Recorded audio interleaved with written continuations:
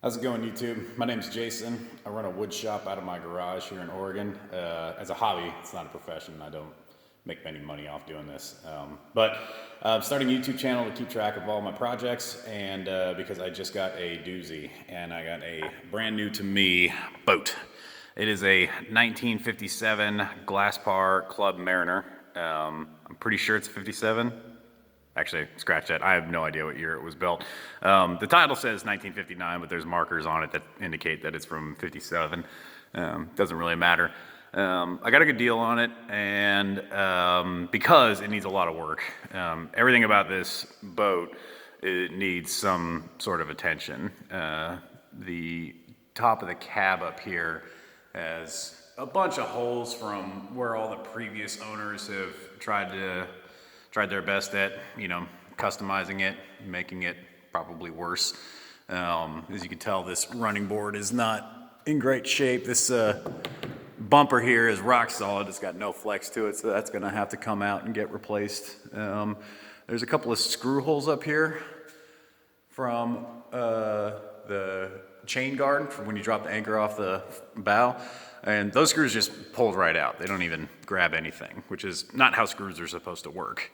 The side window here is made out of plexiglass, so that's gonna have to get replaced.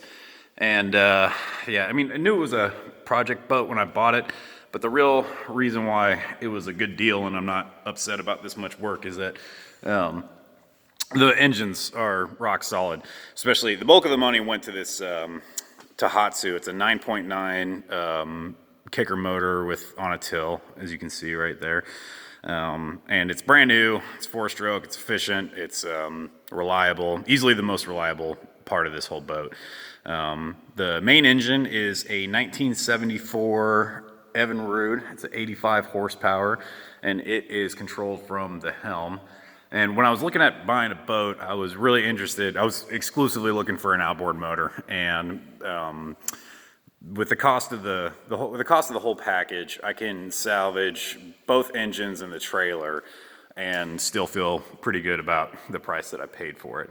But there's still just a bunch of work that needs to get done. That drain plug right down here, I was pumping some water out of the bilge, and I stuck a piece of tubing through that hole because I didn't want to go over the transom because it would be too high for the motor to pump it all out.